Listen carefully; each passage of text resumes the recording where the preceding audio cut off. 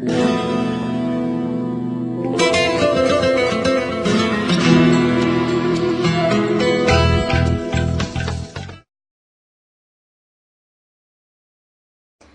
alaykum qadrli ko'rman do'stlar. Shabnam Cho'lponlar ziyorat orqali sizlar bilan yuz ko'rishganligimdan intayin xursandman. Men Shabnam Riyosatchi Zubayda.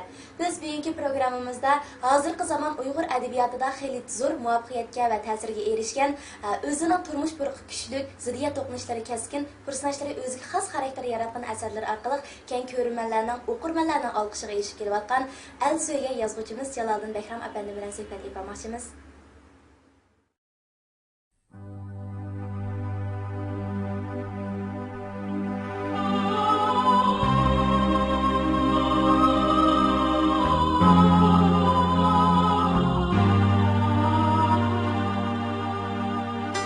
Jaloliddin Bahrom 1942 yili 8 ayning 16 kuni tikkuchi oilasida dunyoga kelgan bo'lib, uning otasi Bahrom apandi usta hunarvan bo'lib qolmay, balki xalq naqshlarini haqdoriga yetkazib etadigan yozuvchi ham rassom, xalq naqshchisi edi. U ma'rifatparvar odam bo'lib, xushbeyillik, chaqchaqchilik bilan alayli ko'zga tashlanib turardi. U ziyrak ham tetik cho'ng bo'layotgan o'g'liga xalq cho'jaklari va dostonlarini cho'nqur hissiyat bilan so'zlab berardi. Shundaqla uningga har xil rasmlarni ko'rsatib, rassomlikning sehriy kuchini ta'riflaydi. Shunga Jaloliddin Bahrom mening yumron qalbimga adabiyot san'at urug'larini tejib, rassomlik va adabiyot bixlarini yetishtirgan otamni har doim mamnuniyat bilan eslayman deydi. Jaloliddin Bahromning adabiy ijodiyat faoliyati 1963-yildan boshlangan. U dastlabda kichik tipdagi sahna asarlarini yozgan. Keyin orqa-orqadan nurg'unlagan hikoya, povest, romanlarni yozib, jamoatchilikka e'lon qilib, ko'plagan o'qirmanlarning qizg'in olqishi va yaxshi bahosiga erishgan. Jaloliddin Bahrom adabiyot ijodiyati ham go'zal san'atdan iborat adabiyot san'atining qo'sh turida mo'l hosil berayotgan iqtidorli yozuvchi, talantli rassomdir. U hozir kandidat oliy muharrir bo'lib, Jungo Osonliq millat yozuvchilar ilmiy jamiyatining a'zosi. Al-Suygan iqtidorli yozuvchi Jaloliddin Bahrom apandining yurak so'zlariga qiziqsangiz, diqqatingiz Shabnam Cho'lponlar ziyoratida bo'lsin.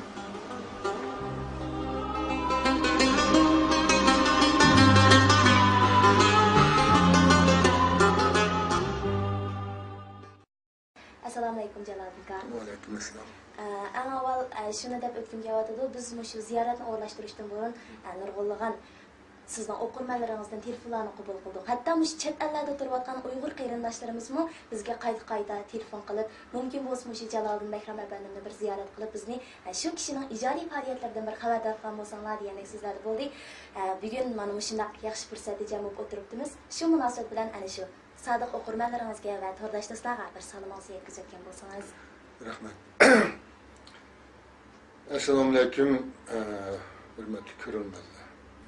Bugun men Shabnam tor shirkatininki iltifoti bilan tavsiya qilish bilan mashayiklar bilan yuz ko'rishib o'tiribman. Men bugun mushu fursatdan intan xushalman.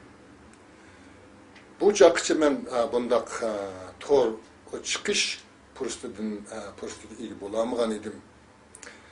Bu qitim endi mashadagi bolalarningki taklif qilish bilan kelib sizlar bilan yuz ko'rishyapman. Shundan so'ng bugun sizlar bilan mush asarlarim haqida shundaqla mush turmushdagi bir qism voqeliklar to'g'risida asarlarga prototip qilingan bir qism voqealar to'g'risida sizlar bilan o'rtoqlashmoqchiman. Rahmat. Hammamizga ma'lum, sizning hozirgacha bizga oshkorlangan tarjimalaringizdan bilishimizcha, siz Shinjon san'at institutining rassomlik kasbini bitirib ekansiz. Keyin xizmat munosabati bilan Xotanga berib, o'qituvchilik bilan shug'ullanibsiz. Oxirida shu xalq nashriyotida qaytib kelib, shu yerda xizmatda bo'lib ekansiz. Nurg'ulg'an o'qirmanlarimiz balkim sizning qanday bo'lib shu yozuvchilik ijodiyati bilan shug'ullanib qolganligingiz qiziqayotgan bo'lsa kerak. Mush fursatdan foydalanib shu ishdan bir xabardor qilgan bo'lsangiz bizni. Bu Mundaq aytganda bu savolingiz xeyli keng doirani egallaydigan, xeyli cho'nqur ma'noli savol. Endi men haqiqatan siz deganda san'at shu yerda o'qigan. San'at shu yerda o'qish bitagandan keyin meni Xotanga yo'llagan.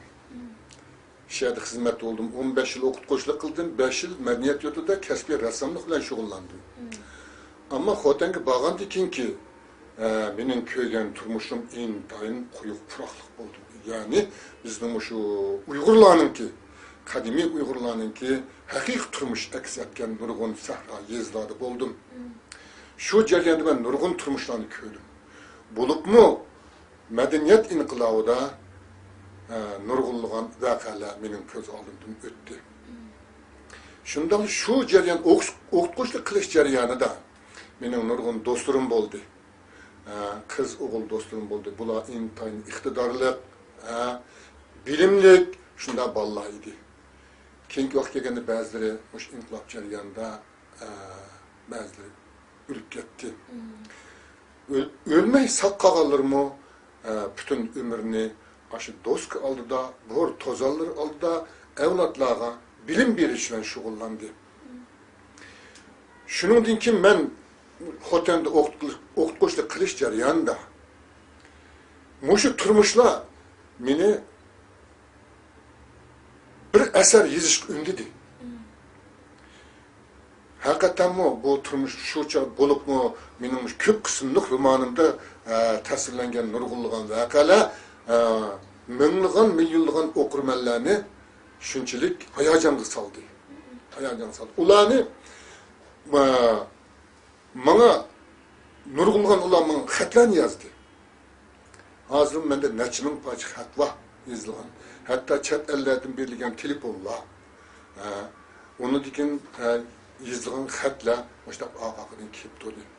Bana bu romanın moşunçilik bir okuş dolkunu kozgayıp etişiyle kişilerin şunçilik bir hayacanla selişi neyim sebepçi oldu diyende şu çağdaki ben birli ötken dostlarının beşini ötken vakalarının şunçilik hayacanlık boğallığı da. Şunçilik adamın iztirap sağdak naiti tesirli vakalar onun dikin tragediya tüsünü ağan bazı vakalar beni hayacanlı saldı. İşte ameliy turmuş haqiqiy yuz bergan. Şunun bilan mushu ameliy turmush meni yozishga majbur qildi.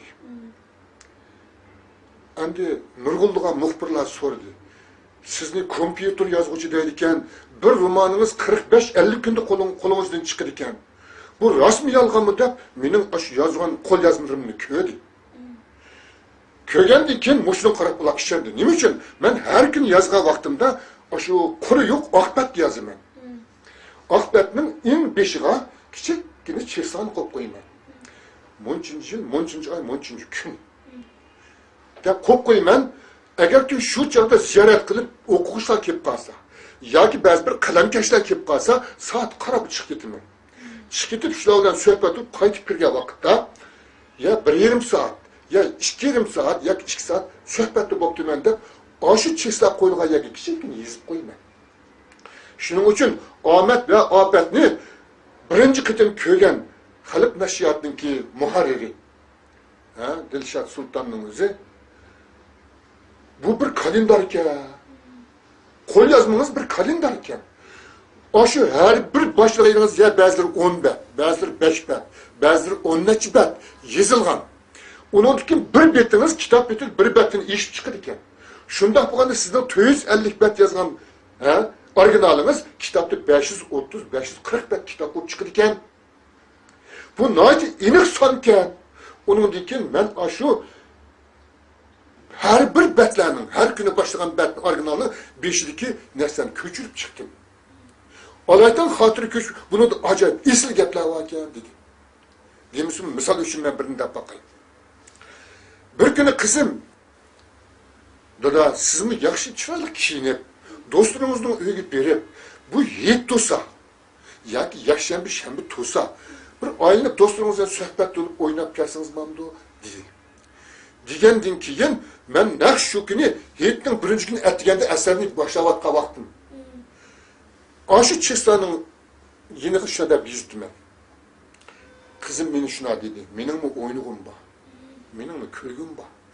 Lekin madaniyat ilqlar 10 necha yil benim hayatım behuda o'tib ketdi. Men shuni qanday to'ldirishim qo'ydi. To'g'ri.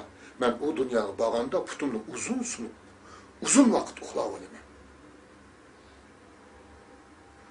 Deb xuddi mushni o'xshash. Masalan, ba'zi vaqtda ya ko'rlidim, ya xotandim, mushtaslar o'xshash yosh bolalar kelib meni ziyorat qildi. Aşılarning isimleri var.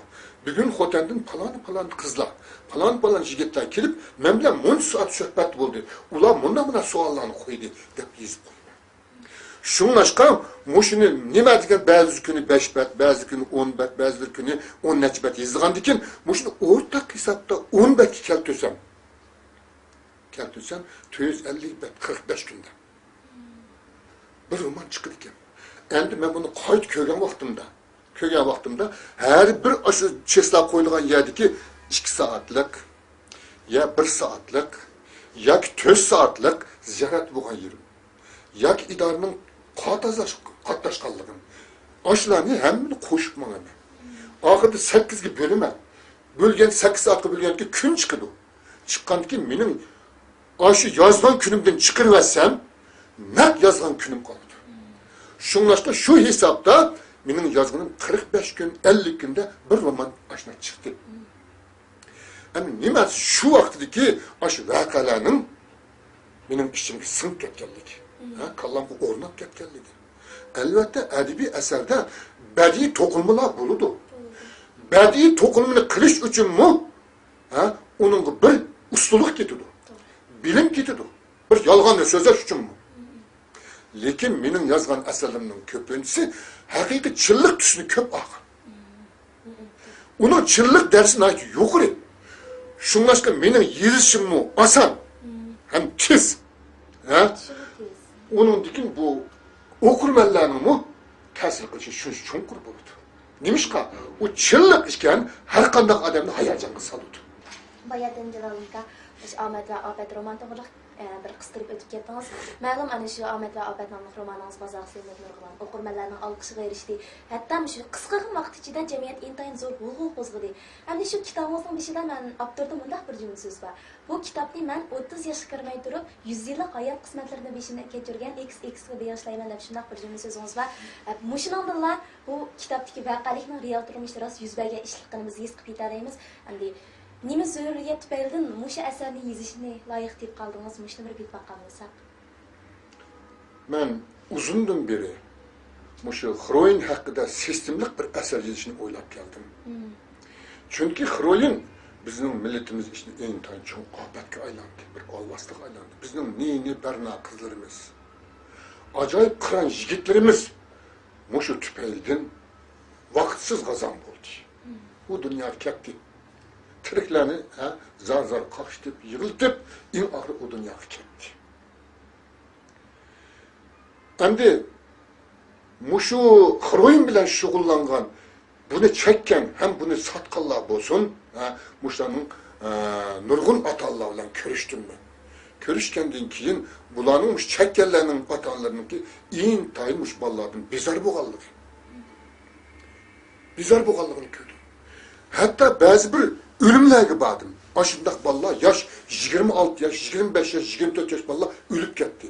Ağıllarının balları. Şuanın uygu bağın, şuanın nezirge, ölüm pətlerge badım. Bağında bu ölüm pətlerde yığzarı anca köpemez. Dadları benim ağıllarım boğan ki ulanımda körüştüm. Körüşkendi ki ne alakıp koydu. Beşini demiştikli koydu. Ya uladı ki bir uruş, ulanın çırağındaki bir ökünüş, bir azap, bir hasret, bir farzandini özden burun ustup olganlık için şunun çekivatkan bir nadamet yok. Turab ulanın çırağıydım, şunu his kıldım ki ulamı de. Hadır çıkanday kıldı. Neymiş kan? Uyga kirip bilemi sürüp çıkıp bakın. Anasının kulaklarından boylarını jürüp açıkıp bakın. Şunu bir çekim tutunga tegishib etgan. Mushunda qilib ota-onani bezor qilib etgan bular. Mana bu voqealar oldimdan ko'p o'tdi. G'oljiq bag'andikmi ba'zi og'illarimning, ba'zi tuqqanlarning bolalar shunda 18 yosh, 20 yoshda ketdi. Mushuning uchun bir narsa sistemlar yozaman deb turgan vaqtimda Xotandan bir bola meni izlab keldi. Izlab kelib men bilan ko'rishdi. Siz kimning bolasi desam, uning dadisi. Men Xotan'da o'tirib maktabda xizmat qilganda men bilan teng muallim bo'lgan. O'zimning xizmatdoshi ekan. Anısı, ben edebiyat dersi vergen. Başlangıç mektebinin okutkucusu. Öz vakti okukucu da benim kolum. Bu balı kilip, ben beşimde ötken vakalarını sizge sözlep bire. Degendikin ben oyuldum bu kızım, yaşlı bala. 30'a kirmegen. 28-27 yaşlarda ama çıraylık bala iken. Ben oyuldum, bundak sözlep birdik Allah bana nahti çık. Bugüne söygündün arılıp gelse, etken men yazgan bolsang da kirdik Allah'ıma bak.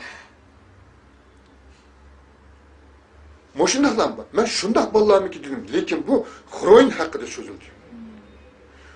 Bunun Horoyun'a kandak köngellik. Dastlapta Ürümçi'de balı sevgende kandak namı çıkallığı bununki. Dangı çıkallığı. 13-14 yaşında. Onun dikim Horoyun'a kandak kesip kalkallığı. Bunu anladım. Oylap baksan hakikaten Ahmet ilişken her kandak jigit. Her kandak ticaretçi. Her kandak Suriye'nin arka tarafta 3 tane küşende oldu iken. Bayuğan, Ahmet uçturgan muşundaklarının 3 küşende oldu iken. Birisi Horoyun etkesçileri onun arkasına düşürdü iken. Kanda kılıp şunu Horoyun'u ügütüp pulunu suğur ölüşünün koyuğa girdi iken. Yine birisi çamadanğı pulunu silip şehir katına düşken kımavazlarının gözü düşürdü iken. Kımağı ügütüp pulunu suğur ölüş. Bu bir küşendi iken. Üçüncü küşende satanla hilesi iken. İntani yaman boğan, ahlakı buzuk boğan bir kısım kızlarını hareket edip aşının kıytığı, aşının postuğu kirgizdi iken. Muşu nesli benim kallamda naati aydın buldu. Çünkü Kadırdan'ın beşik kelgen küller şundak. Kımavazlar, körüvalda akısıga. En başında yaman, fazilet yaşımın boğan kızlarını başında mimar hallam solap verdi. Onun dinkini Horoyun etkisileri bu şunun koyuğu düştü, bunun ızığı düştü. Şunun olan bunu aş patkakı ekkirdi. Hemimiz eserde oturup koyuldu. Oturup koyuldu. Oylasam bazı işleri işendim kelmeydi. Aşı bana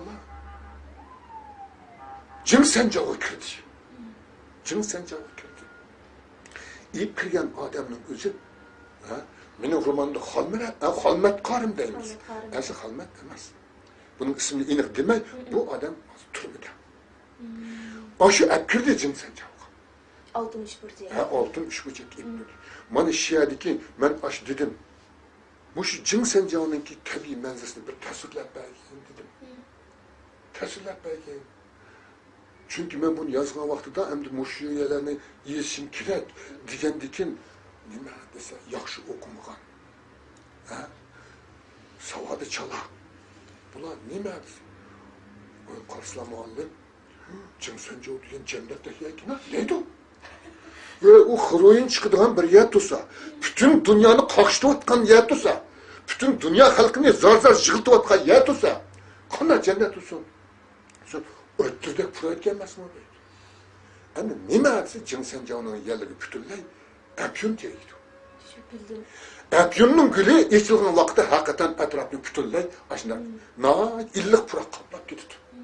Fakat onun depreligini şu, Ondaki iz taraflarının bağlı, taraflar güllerinin işlep ketkenliği. Lekin ben bunu kiyinki vakitte üzemnim, aşu bedi tokum bilen, tasavvur küçüm bilen, ben cin sencağını tasvirlep çıktım. Şunlaşka radyo anlıqışlar nime dese, Nalgın Behram cin sencağı kiripti o. Kirip eşeni köymegen bulsa, muşinçilik yazalandı o. Diyen gepler boydu. Şunlaşka bunu sözlep belki bala, man sözlep belki vaxtlarda 30 yaş kirmegen. Endi bu balının bir canlılık idisini değişik doğru keldi. Yılardın ka, eğer muş kitapni yizip çıqqanlarida, benim yo'qolib ketgan aş oğlum tepilarmikin deyman dedi. Ben ko'nglim yasab tepilib qalar dedim. Endi bunun da muşu romanni anlıqanlar, radyo anlıqçılar ve başkalar bolsun, nima uchun siz kichikkina bir 9 yoshlik bolaning rizq chechilgan yerlar yo'qitib etsiz dedi. To'g'ri. Bu radyoda bu Şinjan şehirlik radyo gambuzat ashlat dedi-ku. Nima uchun shu hozirgi butunlay o'qir shu anlıqçılarning, radyo anlıqçılarning fikri mush 9 yoshli bolani nima uchun rizq chechilgan yerlarda shunaqa yer yo'qitib o'tadi degan mushuni javob bersangiz dedim. Deganki men dedim, amaliyotda yo'qolib ketdi u bola. Agar amaliyot yo'qolib ketmagan bo'lsa, men yo'qitib o'tdim. Yoki o'ltirib o'tdim uni. Mush orqali hozirgi yenidan üst ketayotgan avlodlarga qattiq ogohlantirish bermoqchidim. Xroin degan ovoz yaqin kelma buningga. Ko'dimmi kichik bola nima bo'ldi? O'zining savdoshlari ku deb men mushundaq ogohlantirish bermoqchidim. Shuning uchun heligu bola amaliyot yo'q edi. Yo'qmagan bo'lsa uni yo'qotdim yoki bir fojialik o'ldirib o'tdim men uni. Mush orqali men mush xroinga nisbatan zot bir nafrat qo'zg'ash. Uni oramizdan siqib chiqarish. Hozirgi vaqtda yuqori deb ketgimda mush ne chiroyli qizlarimiz. Ha, mushundan nobud bo'ldi. Ha, ne qiron yigitlarimiz, ha, mush olvasdan, ha, vayron bo'lib ba'zilar turmada. Ba'zilar yer ostida. Ha? Yer üstü jiyanlarımı qaldı qolduğun saran. Aqlni yo'qotgan. Şu an men mushu Xroin haqida yezishni burundan tortib kesimlik bir asar yezishni o'ylab kelgandim. Ammo keyingi vaqt kelganda mushu, ha, aşı balaning so'zlab berishi bilan mening bu orzuyum amalga oshdi. Buningda nima men haqiqatan barliq kuchimni sarf qildim. Buningda bu asarni haqdoriga yetkazib yerish uchun birinchidan menda yezikchilik mahorati bo'lishi kerak. Ikkinchidan menda badiiy did bo'lishi kerak. Badiiy did qatlamlarim ko'p bo'lishi kerak. Uchinchidan tasavvur kuchim mo'l bo'lishi kerak. To'rtinchidan men til san'atiga usta bo'lishim kerak. Tilga mohir bo'lishim kerak. Beshinchidan mush yezayotgan asrimga noit chunqur muhabbatim bo'lishi kerak. Mushuningla men uni haqdoriga chiqaradiganligim ishonib men mushuni boshladim. Degandek, bunda har hol men muvaffaqiyat qozondim deb his qilaman. Mush asarni yezishda yanala o'zingizning o'qirmanlarning xalqimizni o'ylaganligingizni biz tunib berdik. Hamda Jaloliddin aka, biz mush sizning asarlaringizni o'qigan vaqtimizda bizda shu xil bir xil xoslikni bayqaymiz. U bo'lsa sizning asarlaringizdagi ishga yoqimlilik, mush personajlarning xarakteridagi ishga yoqimlilik intayin kuchli. Yani mushi yaxshi adam boshdan oxir yaxshi bo'ldi, yomon adam boshdan oxir yomon bo'ldi degan o'xshash mushuna qiylib-tashqan ko'z qarashlarni oldirib uchratib bo'lmaydi. Buning sababi zodi nima? Endi qarang, mushu men hozircha 16 roman, 12 to'plam yozdim. 18 da televiziya filmi yozdim. Men haqiqatan adabiyotning xili chunqursin kirdim desam bo'ladi. Mushu jarayonda men nurg'un narsani o'rgandim. Hozirgi buni so'zlashdim buni, hozirgi adabiyot iqimini so'zlash to'g'ri keladi. Yevropada, G'arbda adabiyot iqimi zot nima ketyapti? Bizning ishkil o'lkalarda qayerga ketyapti?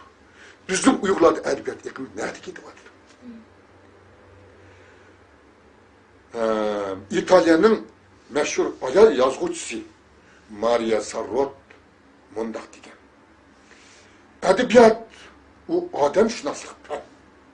Odamshunoslik fan ekan, u odamning ruhini yezish kerak. Ishki dunyosini yezish kerak. Hatto telekamera olamaydigan yerlarni yezish kerak deydi. Bu nima degani?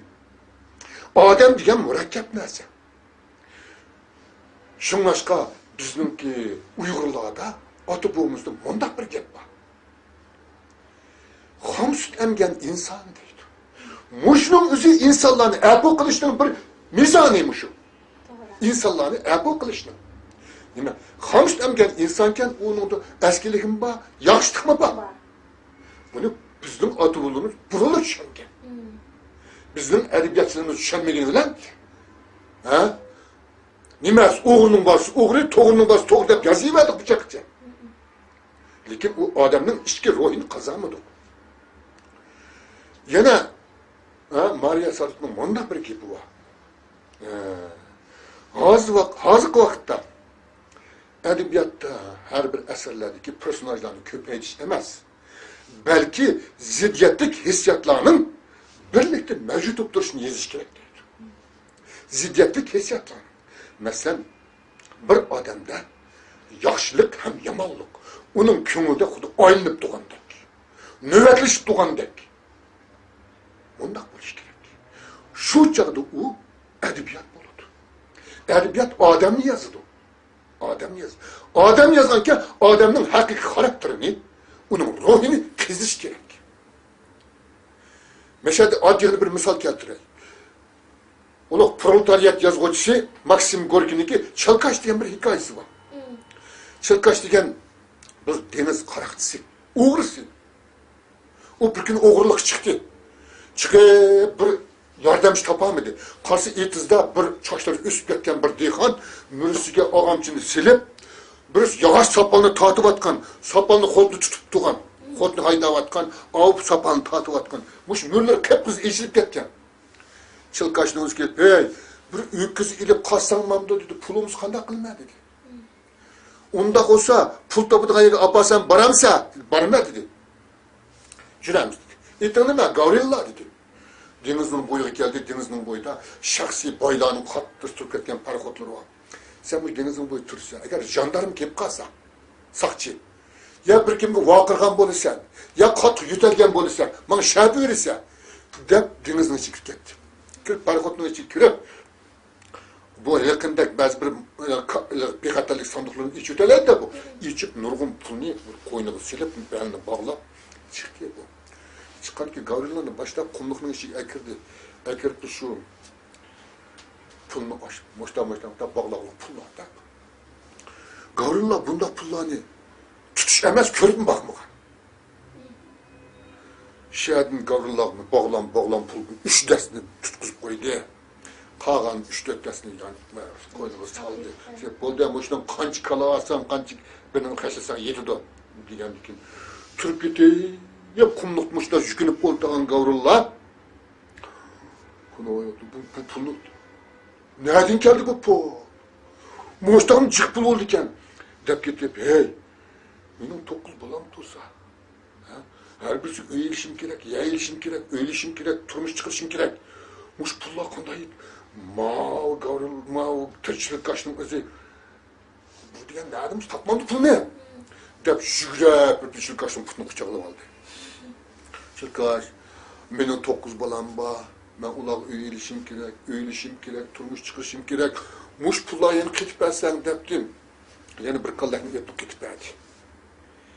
Ketip verip tuturup gitti.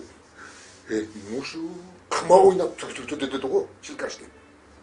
Kıma oynap töktürdü bu şu. Ben diyen, menlik işletime bu pulunu. Ya kökerdi mi? Döküp, ultup öteyim ya bu dedi. Dep Gavrilla oqishdan kelib musaldi. So'g'andan keyin Chilkash ishtirib etdi. Nima deysan yana degandan keyin men degan Chilkash yan ko'katiman. Dehqonchilik qilaman, bolalarimga menga nurg'un pul ketdi. Men muncha gektar yerlarni ilishim kerak. Kuch yetmadi Chilkashga. Bo'lmasa uni o'ltirayotgisi bor. Anda qildi. Chilkash bu pulni hamma tashlab berdi. Voy, to'ymas dehqon dedi. Men mushuni o'tirib maktabda o'qiyotgan vaqtlarimda o'qidim. Okup, benim şu muhabbetim kimge oldu? Herkes dehqon Gavrillaga bo'lmadi. Chilkashga bo'ldi. Nima degan mard odam? Ha? Nima degan mardlik bu? Mana adabiyot degan mushundoq.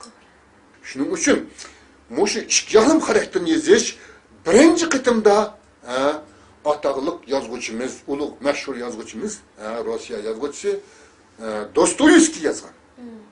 Cinayet ve Ceza degan roman naqmış ikki yaxlim xarakterlar yozgan. Shunlashqa Dostoyevskiy 1862-yili akisi yozgan xatida shuna degan.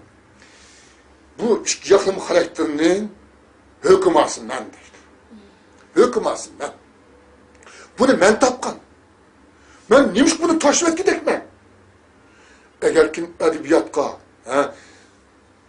bir narsa akraladim deysa, men bu ikki yaxlim xarakterni akraladim. Men shunda farqlanaman degan. Mana bu ikki yaxlim xarakter haqiqatan mushu haqiqiy adabiyotni aks ettirgan xarakter bu. Edebiyat degan aşındak buludu. Herkes edebiyat bir rankının içinde. Sizip bergen bir klipnin içinde bulmaydı. Adam erkin özünü koyup yetiş gerek. Ademde yetiş gerek. Şunun için benim eserlerimde köpüncü, bu iki yakın karakter eksik etmeli. Mesela Ahmet ve Abed Kadir'den. Hüsnü Erhan. O şunçilik, hazazul yaman kutun. Lekin bir yerler mert. Hatta türmüge yoklap girgen vakitte Kadir'den. Hey, sen Gülsay kavristallığına Mihriban'ın Zul ayının kavurlarını çok lan kaldırıpsan. Neç onunla kaçtı. Meni hükümet atmak için meni kuturup oldu. Kuruyun ekesizse. Benim kavrem şunda kaldıramsa dedi. Doğru. Degen dikin. Ya onda kılmayın dedi. Nimişka? Degen dikin. Ben silini kömgen dikin kavrını tüp kılıp dessem tüp yavlan okşaş kıvdım dedi. Nimiş bunda kılırsa ağzımızı tullaydı. Dikin. Endi sizi Türk vaklarında nurgunluğun cemaat adamının nefreti uçurgan ayağı. Kuruyun etkisi. Endi ölgendi kim o? Her kan nurgunluğun adamların karab aşk kabirge tükürüp menişini kalamayım ben. Çünkü az vakit olsun bana anı oğan seni. Kıynan oğan. Şunun hürmet için başlarına nezir düşme gene kıvıtime kabirlerini dedi. Ya. Bunda iki yakınım karakter, heli köplegen eserlerimde bak. Ben şunu tırışıp baktım. Aşını okştalayım yok da tırışıp baktım. Endi hakikaten yeni bir edebiyatının yeni bir mizanını alan vakitte insan degen şundan mesela. Bir ömür tırışıp, tırmışıp bir menzilge karapmalıdı. Bir nesli yetmek oludu. Lekin yetemey o dünya gidip kaldı. Hayatın özü bir tragediya. Hayatın özü bir tragediya. Bir ömür tırmışıp, yetmekçi bulan nesliga yetemey o dünya gidip kaldı. Muşnun özü bir tragediya. Mani yazgıcı, man aşında bir ömür tırmışıp, azap okubet içinde yetimen dep, yetemegen yerlerini yirişip, en kadirlik dep hesaplayın. Demek icadiyetki işki yapmayın. Sizden şu edebi eserlerden mi demek ta'kidlaydigan noktanızda bir şey söylerkende. Ondan Jaloliddin sizning nurg'ulg'an eserlaringizda shu tragediya bek aniq gavdlandirdi. Nima uchun shu tragediyalik eserlarni yozishni yaxshi ko'ramsiz yoki boshqa sabab bormi? Endi bunun da maqsadli odamı tragediya qilib yazay, oxirini shunday qilay degan o'y yo'q. Lekin yozish jarayonida voqelikning rivoji ketib o'tib, zaten qandoq vaqtda avomni uyg'otalaydi. Avomni uyg'otalaydi degan fikr mening ko'nglimda bor.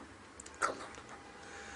Agarki ash voqelikning xarakteri bo'yicha aytganda, ash qahramonning oxirida tragediya bilan ashundoq bir yo'qotgan vaqtida xalq uyg'onamdi qandoq.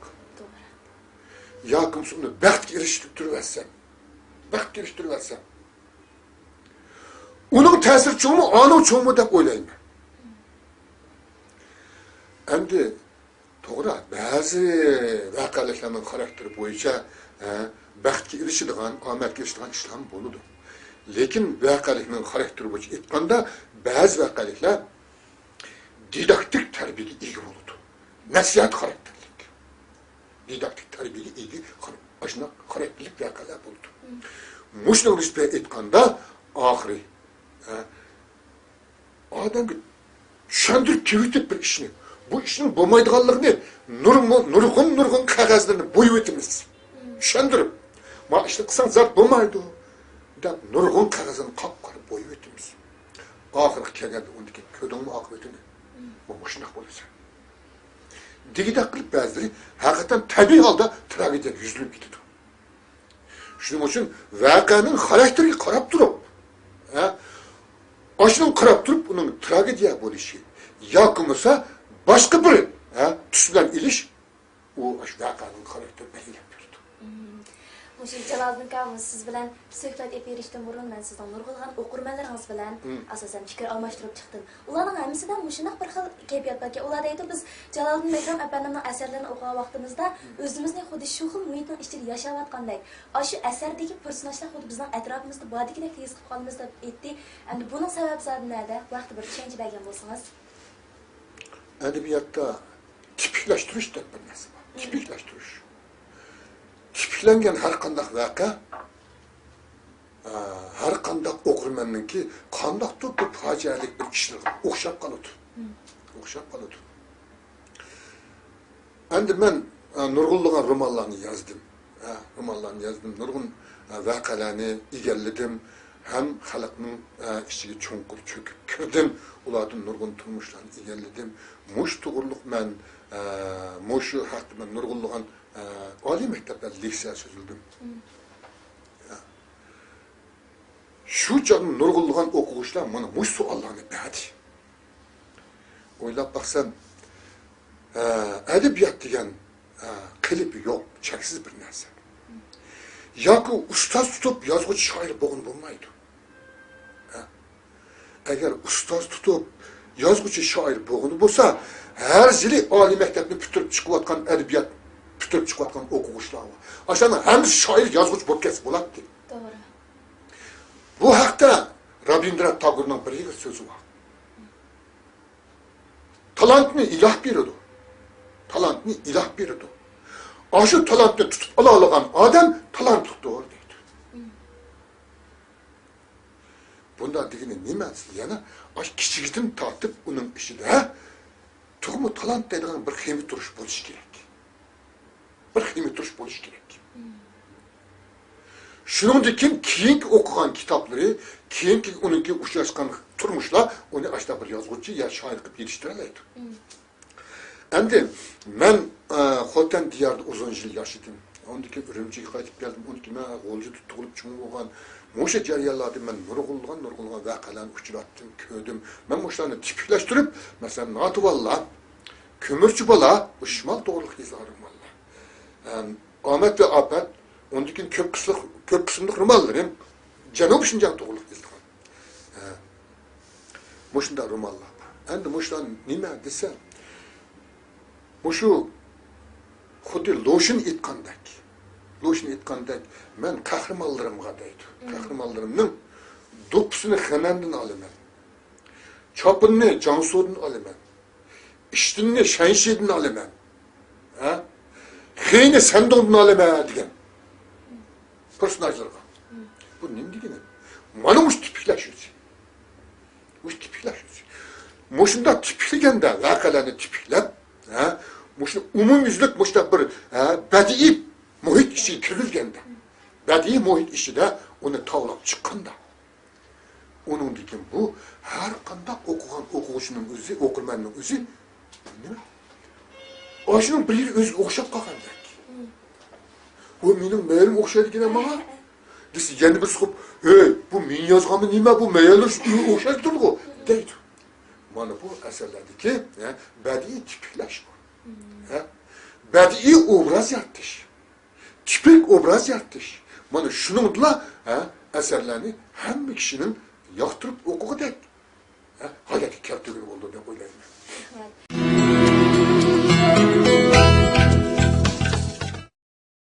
Endi shuni bilib baxsam, yaqinda o'sha kam o'qirmanlaringiz bilan yuz ko'rish oldi turayotgan yangi ijodiyatlaringiz bormi? O'sha haqida bir uchur bergan bo'lsangiz.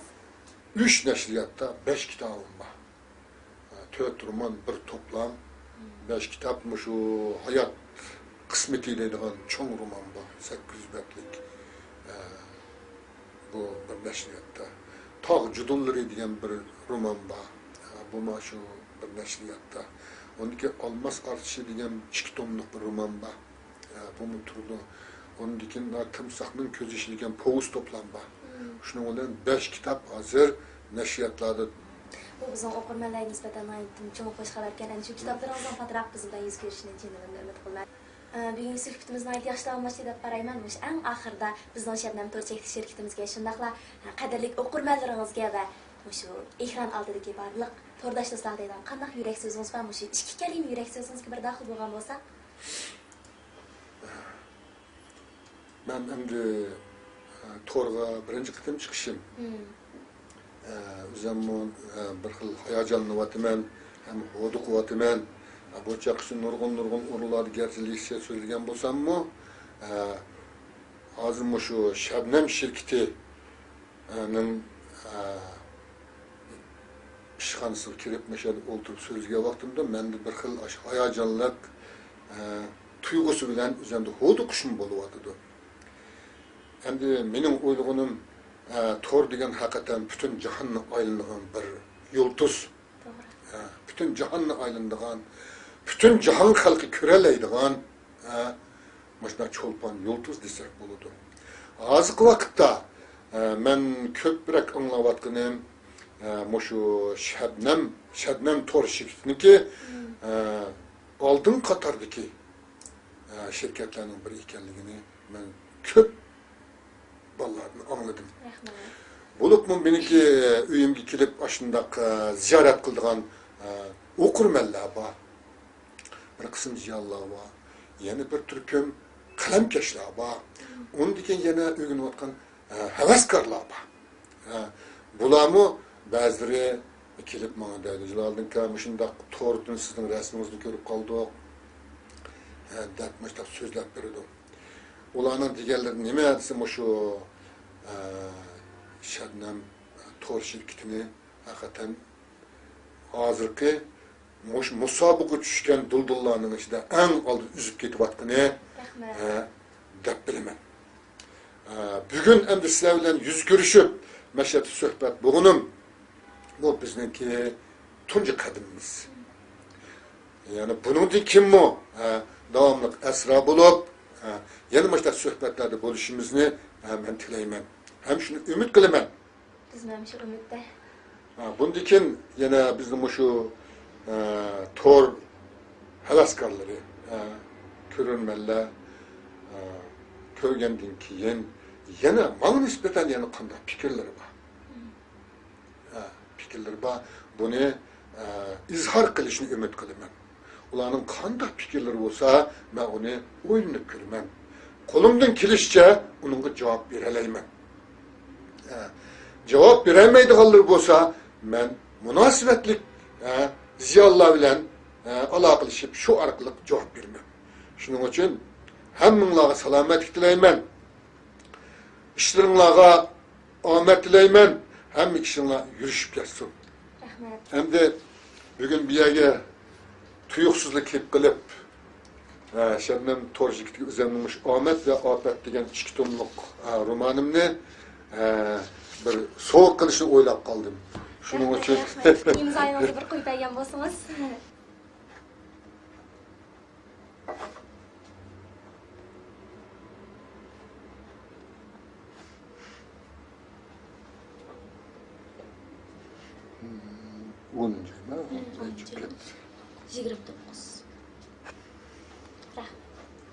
Oddiy bo'lsa-mu?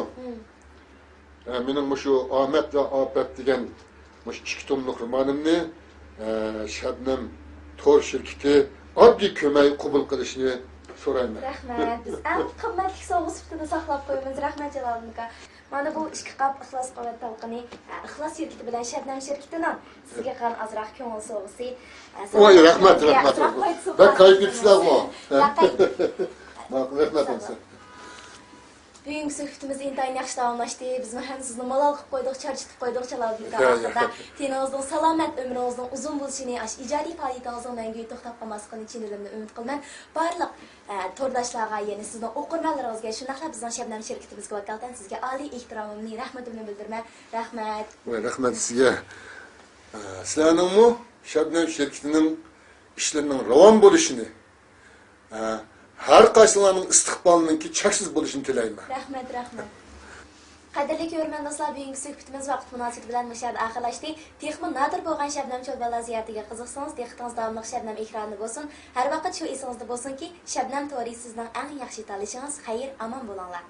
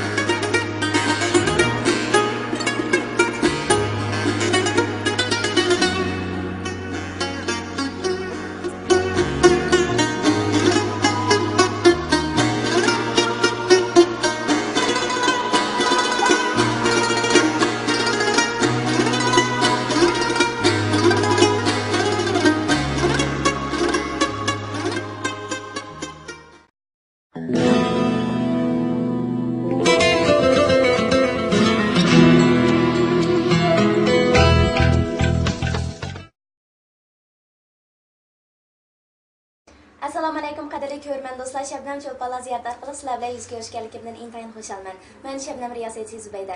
Biz bugungi programmamizda hozirgi zamon Uyg'ur adabiyotida xeyli zo'r muvaffaqiyatga va ta'sirga erishgan, o'zining turmush burqi kuchli, ziddiyat to'qinishlari keskin, personajlari o'ziga xos xarakter yaratgan asarlar orqali keng ko'rmanlarning, o'qirmanlarning olqishiga erishib kelayotgan al so'ygan yozuvchimiz Jaloliddin Bahrom apandi bilan suhbat etmoqchimiz.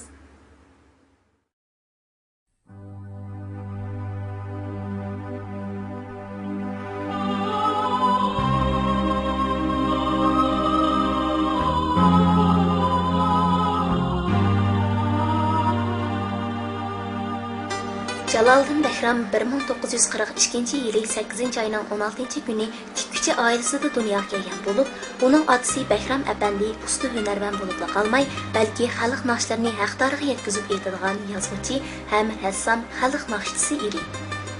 U ma'rifatparvar odam bo'lib, xushbeyillik, chaqchaqchilik bilan alayli ko'zga tashlanib turardi. U ziyrak ham tetik cho'ng bo'layotgan o'g'liga xalq cho'jaklari va dostonlarini cho'nqur hissiyat bilan so'zlab berardi. Shundaqla uningga bilan shug'ullanib qolganligingiz qiziqayotgan bo'lsa kerak. Mush fursatdan foydalanib shu ishdan bir xabardor qilgan bo'lsangiz bizni. Bu mundaq aytganda bu savolingiz xeyli keng doirani egallaydigan, xeyli cho'nqur ma'noli savol. Endi men haqiqatan siz deganda sana shu yerda o'qigan. Sen shu yerda o'qish bitgandan keyin meni Xotanga yo'llagan. Şehirde hizmet oldum. 15 yıl okutkoçluk kıldım. 5 yıl medeniyet yurtunda kasbiy rassomlik bilan shug'ullandim. Ama Xotenga borgandan ki mening ko'rgan turmushim intayin quyuq puroqlik bo'ldi. Ya'ni bizning shu Uyg'urlarninki, qadimiy Uyg'urlarninki haqiqiy turmush aks etgan nurg'un sahro yezlarda bo'ldim. Shu jarayonda men nurg'un turmushlarni ko'rdim. Bo'libmi madaniyat inqilobida nurg'unlagan voqealar mening ko'z oldimdan o'tdi. Shundan shu jarayon o'qituvchilik qilish jarayonida mening nurg'un do'stlarim bo'ldi. Qiz o'g'il do'stlarim bo'ldi. Bular intayin iqtidorli, bilimlik, shunda bolalar edi. Keyingi vaqt kelganda ba'zilari mush inqilob jarayonida ba'zilari o'lib ketdi.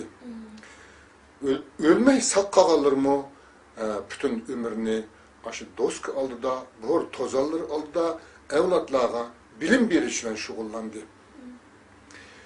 Shuningdan keyin men Xotanda o'qituvchilik qilish jarayonida mushu turmushlar meni bir asar yozishga undidi. Haqiqatdanmi bu turmush shucha bo'libmi mening ko'p qismli romanimda tasvirlangan nurg'unlagan voqealar minglag'an millionlag'an o'qirmanlarni shunchalik hayajonga soldi. Ularni menga nurg'unlagan ular menga xatlarni yozdi. Hozir menda necha ming parcha xat bor yozilgan. Hatto chet ellardan berilgan telefonlar, undan yozilgan xatlar o'sha oqaqidan kelib turdi. Mana bu romanning mo'shinchilik bir o'qish to'lqini qo'zg'ab etishiga kishilarni shunchalik bir hayajonga selishi nima sababchi bo'ldi deganda shu chog'dagi men birga o'tgan do'stlarning beshidan o'tgan voqealarning shunchalik hayajonli bo'lganligida shunchalik odamni iztirobga solg'dak noiti ta'sirli voqealar uningdan tragediya tusini olgan ba'zi voqealar meni hayajonga soldi. İşte amaliy turmush haqiqiy yuz bergan. Shuning bilan mushu amaliy turmush meni yozishga majbur qildi. Endi nurg'unlagan muxbirlar so'radi.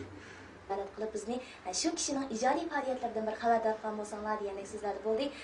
Bugun mana shunday yaxshi fursatda jam bo'lib o'tiribmiz. Shu munosabat bilan ana shu sodiq o'qirmanlaringizga va to'rdosh do'stlarga bir salomingizni yetkazayotgan bo'lsangiz.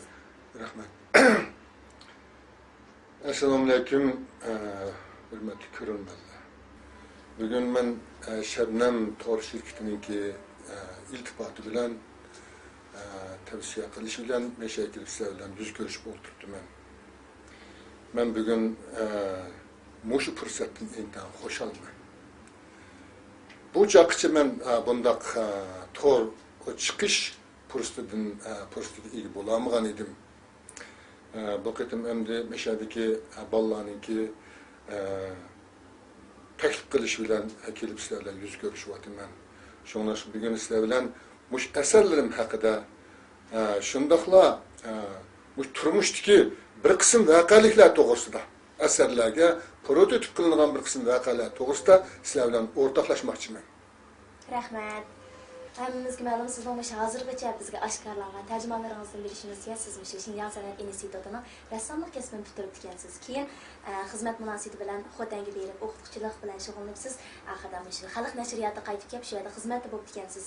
Nurg'ulg'an o'qirmanlarimiz balkim sizning qanday bo'lib shu yozuvchilik ijodiy har xil rasmlarni ko'rsatib, rassomlikning sehriy kuchini ta'riflaydi.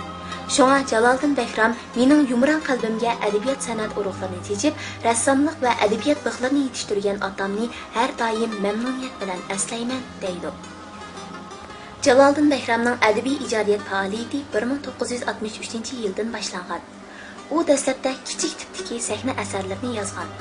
Keyin orqa-orqadan nurg'ulg'an hikoya, povest, romanlarni yozib, jamoatchilikka e'lon qilib, ko'plagan o'qirmanlarning qizg'in olqishi va yaxshi bahosiga erishgan.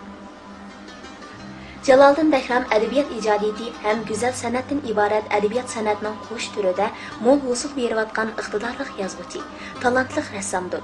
U hozir kandidat oliy muharrir bo'lib, Jungo Osonliq millat yozuvchilar ilmiy jamiyatining a'zosi.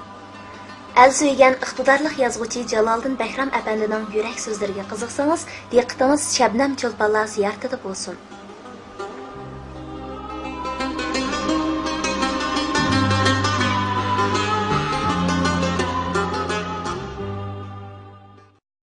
Assalomu alaykum Jaloliddin aka. Va alaykum assalom. Eng avval shuni deb o'tkim kelyotdi, biz shu ziyoratni o'ylashtirishdan burun nurg'ulg'an sizning o'qirmanlaringizdan telefonlarni qabul qildik. Hatto chet ellarda turayotgan Uyg'ur qarindoshlarimiz bizga qayta telefon qilib, mumkin bo'lsa Jaloliddin Behram apandimni bir